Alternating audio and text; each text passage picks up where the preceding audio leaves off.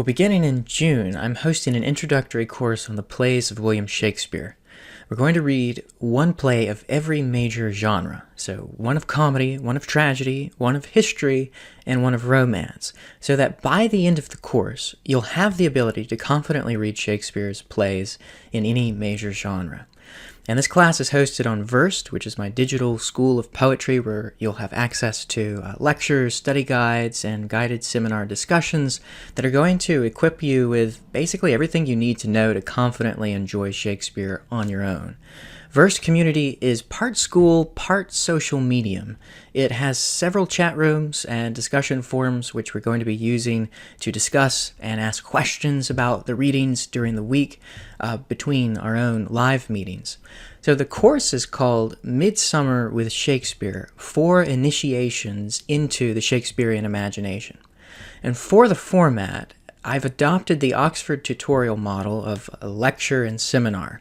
So it offers live lectures followed by open Q&A.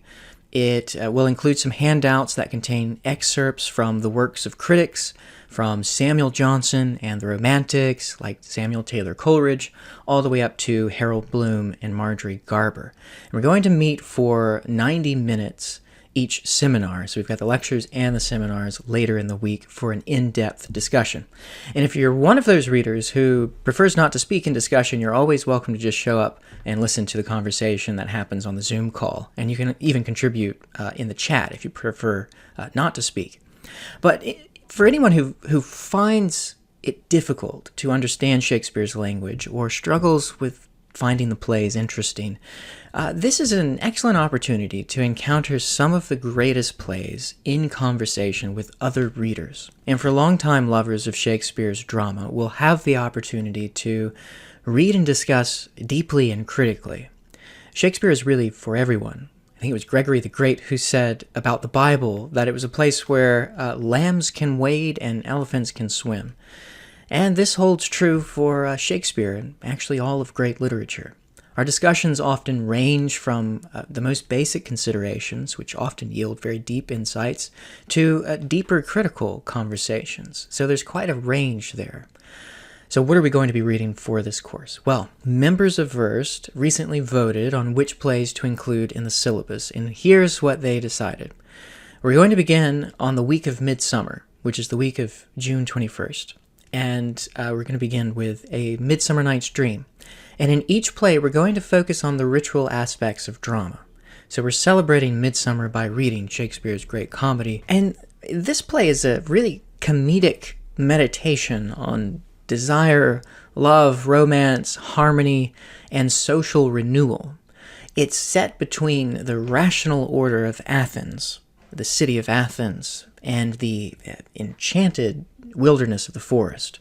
And the play stages a ritual descent into chaos where magic disrupts human intentions and erotic desires, and it dissolves and reforms. So we'll see how the play enacts, in some ways, the midsummer rite of transformation, which culminates in this restored harmony and collective celebration.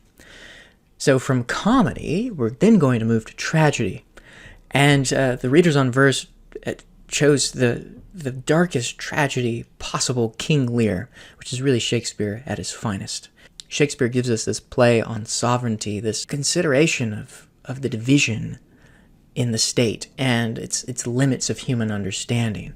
When the play begins with Lear dividing his kingdom in this fatal need for affirmation.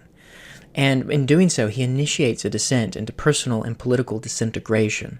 The play's tragic architecture is structured through madness, through this exposure to the elemental forces of nature, through chaos, and this is one of the greatest dark plays you'll ever read. And the success of this tragedy has been contested for centuries because of how dark it is. People in the 18th century actually rewrote it to have a happy ending. We won't be doing that. We're going to be reading what Shakespeare gave us, and we're going to be wrestling with where that leaves us, where that tragic ending leaves us. So from comedy and tragedy, we're going to turn to history. This is a major genre of Shakespeare's plays, and it's the genre that's often most neglected. But we've chosen to read Shakespeare's Richard III, which gives us this disturbing study of political ambition and moral corruption through the rise and fall of one of Shakespeare's most awful villains, Richard III. And he's actually very charismatic, one of the ruthless protagonists, if we can call him that. It combines elements of history, tragedy, and even morality play. And this play also invents a good deal about historical figures such as Richard III. But on the whole, the drama shows the manipulation of power in a world ruled by dynastic violence. So Richard III's eventual defeat marks the transition from the civil chaos to the mythic order of the Tudor state.